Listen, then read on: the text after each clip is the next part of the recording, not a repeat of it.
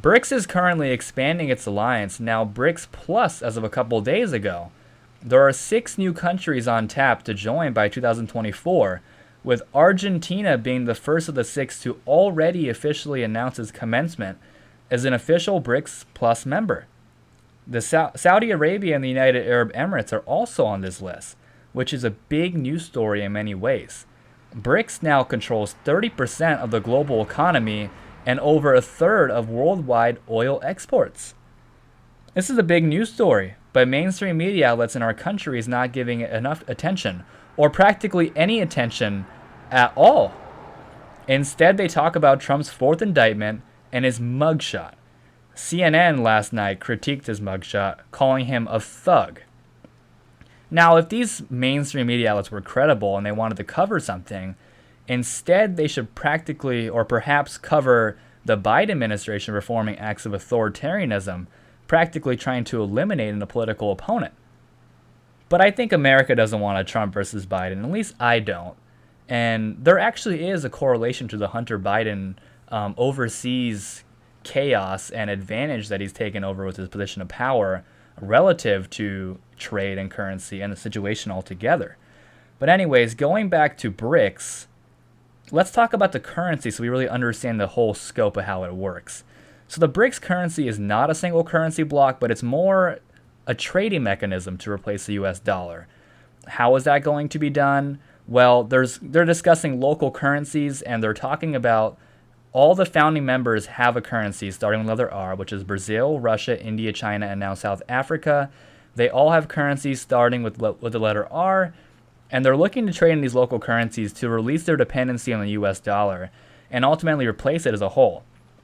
And this meeting was primarily discussion-based, but they explicitly had discussions about separating trade from the US dollar. And Xi Jinping indirectly attacked the US, the quote you can find, and he also talked about their vision of de-dollarization as a whole.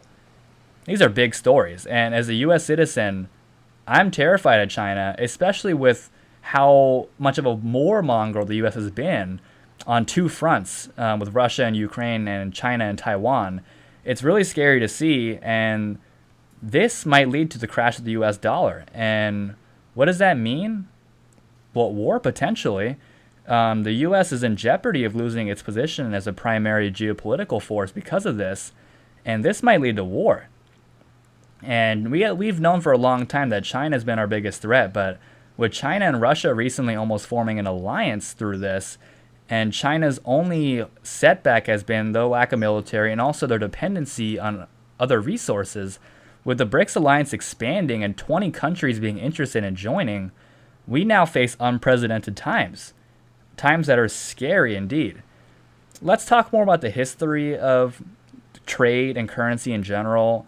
And to understand it, it goes back to the 1970s. So the Saudis agreed with the US to list oil in dollars. And those dollars were recycled in banks, which we now know as central and foreign banks, and are now known as US Treasury bonds. And what this did was, when it was recycled in banks, it created artificial demand to access dollars for all imports, because trade required to have dollars to be able to actually perform and trade. And this strengthened the U.S. and gave it power and helped it rise to the economic force it is today. Joe Biden recently said the U.S. is still the leading global economic force. But with this taking place, that may not be the case soon. The U.S. dollar is already crashing, and this is honestly a big news story, and it's going to play a huge part in future potential war sanctions. And now we talk about theoretical things, situations like that too.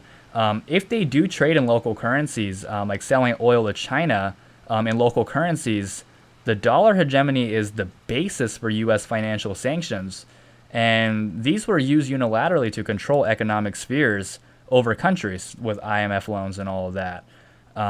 It's really scary to see that the U.S.'s power infliction and how a lot of these countries that are now planning on joining BRICS have gone through economic deprivation over a long period of time because of the U.S. and their policies and how they force the U.S. dollar amongst everyone else. So I want you to watch a video right now. It's from Max Blumenthal on The Hill, and he talks about the U.S. and kind of the relations to current wars and past wars. Watch this video and take a look at this. The American public, since the end of the Cold War, has been convinced that America's efforts to maintain global dominance are in the interest of the American people.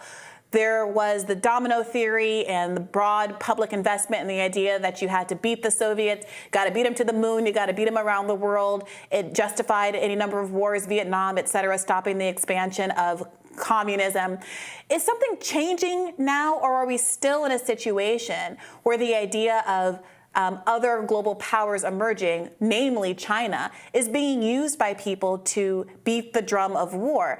And if that's the case, how should Americans think about the decline of American dominance globally? Are they wrong to think that it will negatively impact their standards of living? And why should they think differently about perhaps a kind of global solidarity? Well, we're looking at the decline of American hegemony, but this doesn't necessarily mean that the U.S. is experiencing an economic decline.